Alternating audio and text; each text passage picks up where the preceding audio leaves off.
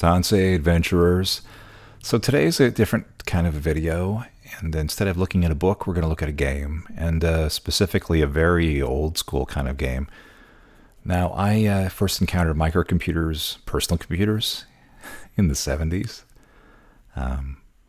Back in the day when using the command line was pretty much the only way to talk to a computer. And as a result of that experience, I kind of normalized simple games, text games, games that use like symbols and things like that.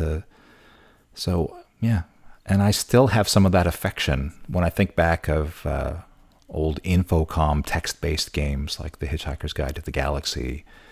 I get good feelings. And even the 80s games that came afterwards, like The Bard's Tale, which was, and some of the Dungeons & Dragons licensed products from that era, where it was basically following like a little tunnel, and the screen would change and a monster would pop up. I really kind of like low-end gaming. It hits those nice nostalgia notes in the same way that Dungeons & Dragons and retro clones in general. So I've experimented, looked around for many years trying to find new, currently developed games that scratch that same itch. And the one that I've found that I really appreciate the most is called Dungeon Crawl Stone Soup. And it's an open source game. It's completely free. It runs on Linux, Windows, whatever. And I just thought we would do a quick run through today, and I'm going to try to cap myself at 20 minutes, just so you're not bored. So let's, I have a game in progress here, but maybe let's just, to make this simple, we'll go through like we're not doing it. So from the first screen here, it gives you some options. There's simple, intermediate, or advanced level characters, and it's just how complex they are to play and how likely you are to survive. So if you pick something from the first column there, chances are it's not going to be too hard to do, and your chances of dying, and you will die. This game, it's a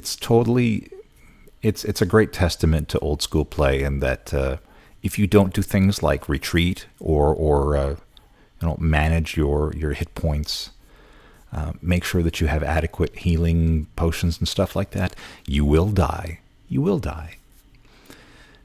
So let's go with Troll. I like trolls because they can't, they can't wear armor, but they do have built-in claws, which makes them really good fighters without actually needing to have a weapon. And they have, as trolls do, they have built-in regeneration. So you're always developing your hit points, even if you don't have a potion on you. When you look at the potential background classes that you can choose, you can see some are gray and some are bright white. The white ones are ones that are recommended, and I'm going to go against recommendations and go with an air elementalist.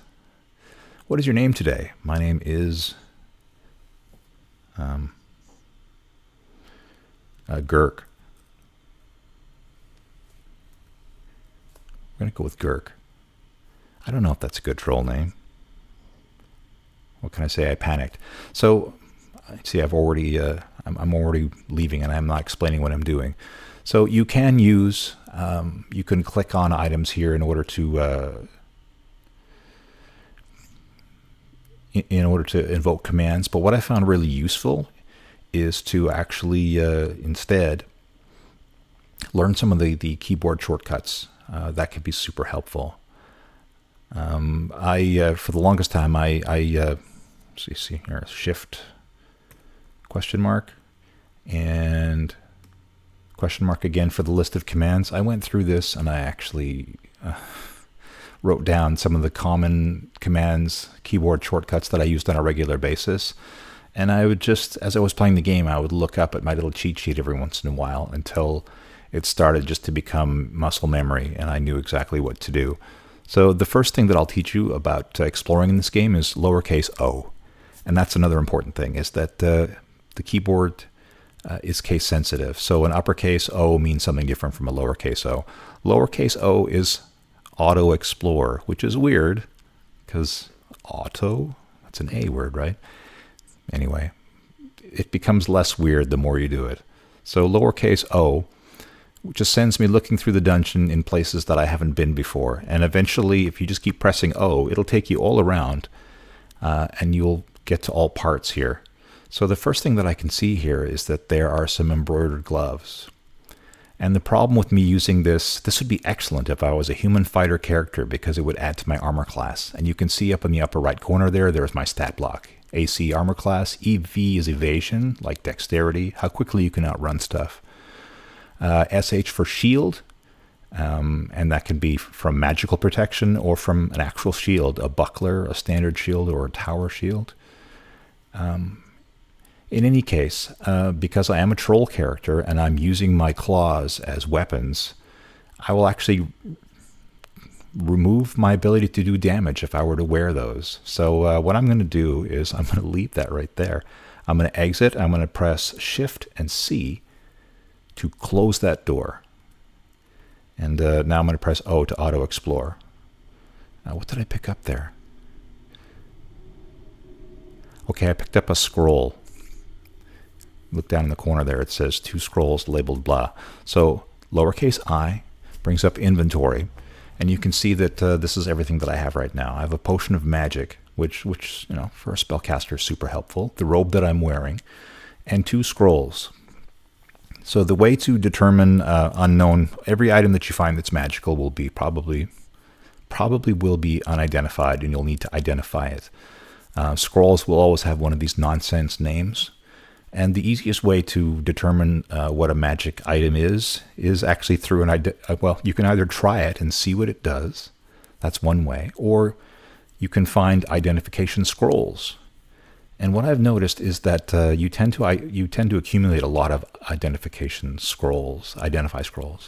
So usually I'll wait until I have a number of scrolls, and if I see that I have a bunch of individual ones that don't match, and then I have one where there's like 3 or 4 of them, chances are that's an identify scroll. So I'll read one of those, and when I find out that it is a scroll, then good. I can now go through my my list of inventory, and I'll try to be strategic about using my scrolls. I will look to get the most bang out of my buck. I will use the identify scrolls to identify things that I have more than one of. So if I have a potion, then I've got 3 of those, and I've got a ring, and I've got 2 of those, or a scroll, using my identify scroll to identify other scrolls. If I see that I've got a scroll that there's 3 of those, I'll use my identify to figure out what those are. Because it doesn't matter how many things you identify, it's just one spell for one group of items. Anyway, escape and lowercase o. I can see a slug or something over there, and a book of vapors. So you can either use, so there are different ways to move in this game. You can actually point and click with your mouse, and it'll just take you to where you point. You can use your arrow keys, or you can use your numeric keypad. But in this case, I want to see if I can use my spell. So that's already shooting at me. So to cast a spell in this game, the first thing you do is just press a lowercase z, and it'll say casting. And what it offers you is either the spell that you used most recently. Actually, in this case, it's the only spell that I have. And it says there's a 19% risk of failure. Anyway, so I'm going to press, as it says, press enter. The first thing that it does is that it highlights a direction.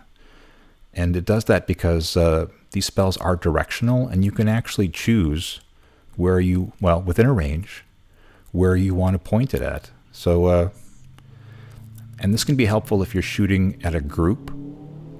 If you want to put your spell shooting in a line and shoot, like imagine that there was someone behind this person, this slug, and I wanted to shoot all of them.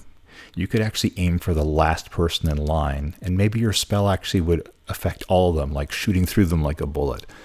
But in this case, we're just going to aim for the one creature that's there. Okay, so that didn't have much effect. And you can see I only have, at this level, as a beginning character, I only have 1 magic point, and I've used it. So there's a big red 0 up there. So at this point, I could decide maybe that I want to try to retreat. So I've gone around the corner. I'm going to press the period button. Period, it tells you to just stop and heal. Oh, and I've got an endoplasm here. I haven't got my magic back, though, so I'm not sure what to do. Should I run away? running away. Okay, so you can see that my my bar has disappeared. That means that I now have full hit points again. So, and I've also got my magic pack. So I'm going to press Z, press enter, aim, and press enter again to fire. Bang. So that didn't have much effect. It's moderately wounded. So at this point, I'm going to use my direction arrows and just point my arrow, like press the left arrow. Okay, and that attacks the creature that you're gesturing towards. Okay, so that slug is still after me again. So most items in this game, if you just walk over top of them, you will pick them up. Anything that has a green box around it, just walking over top of it will be enough to pick it up. So that's automatically happened. Okay, I'm going to use press Z. Oh dear. Okay, so Z. Okay, that had no effect at all. So I may have to just kill these guys with my claws. So I'm going to go right, right, kill. Left, left, kill. Okay, O. I picked up that Fuse Potion. Oh, what's this? A robe of positive energy. So it's not highlighted. So to get this, I have to actually go over top of it, press lowercase g, get. And when I go and look for my inventory, which is lowercase I can see that it's there. Now I have a regular robe that I'm wearing and a +0 robe of positive energy. Let's look at what that is. So you press E to get a description of that item. And it says that it offers little protection against physical harm, does not hinder evasion, and protects its wearer from the effects of negative energy spells, and can be maximally chanted to +2. So anyway, among the options here are wear, drop, adjust, or inscribe. Inscribe, I think, is kind of stupid. I've never understood what it's for. But usually I'll sometimes as a joke, I'll press inscribe and I'll say priority, no. Property of Todd. Anyway, and now when I press I again and I go back there and I look at my list, after the robe of positive energy, it now in curly brackets says property of Todd. Anyway, if I want to wear it, like it says that I'm still wearing the A robe above. To wear the E robe, the positive energy one, press E, and then this time press W for wear. And now I'm wearing that. You can actually see that it's a different color.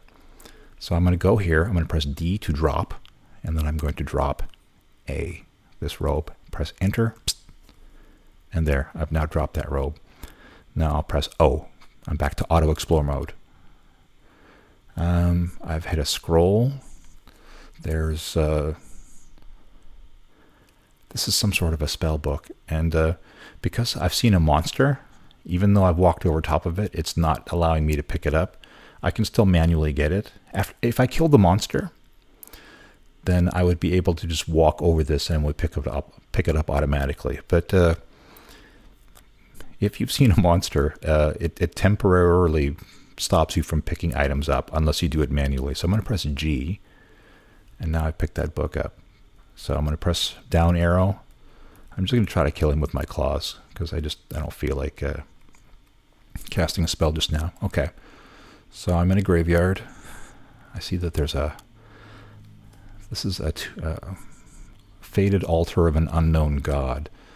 So there are gods in this game, and you get piety points, I guess, which can affect your performance. It can give you access to powers and things like that. Usually they are identified, but sometimes you find ones like this that are unknown. And if you decide to worship an unknown god, okay, I'm just going to go over there. It says there's a faded altar of an unknown god here. And to activate a staircase or a portal or an altar, you press Shift greater than. And it says this belongs to, it doesn't say. It could be Gozag, it could be Ignis, or Trog, and I can't tell which.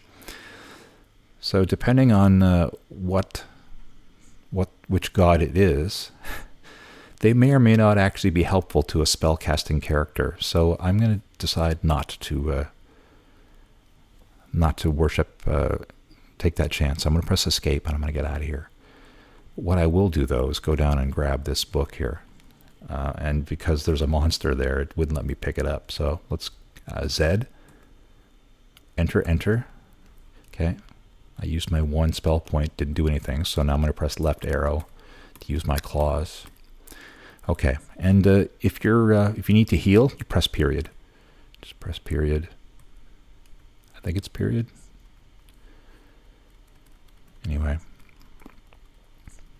it's been a while since I played this game. Okay, so now I'm pressing O, auto explore. Oh, so I was about to go to get that potion, but then this thing popped around the corner. It's a goblin, so I'm going to press Z.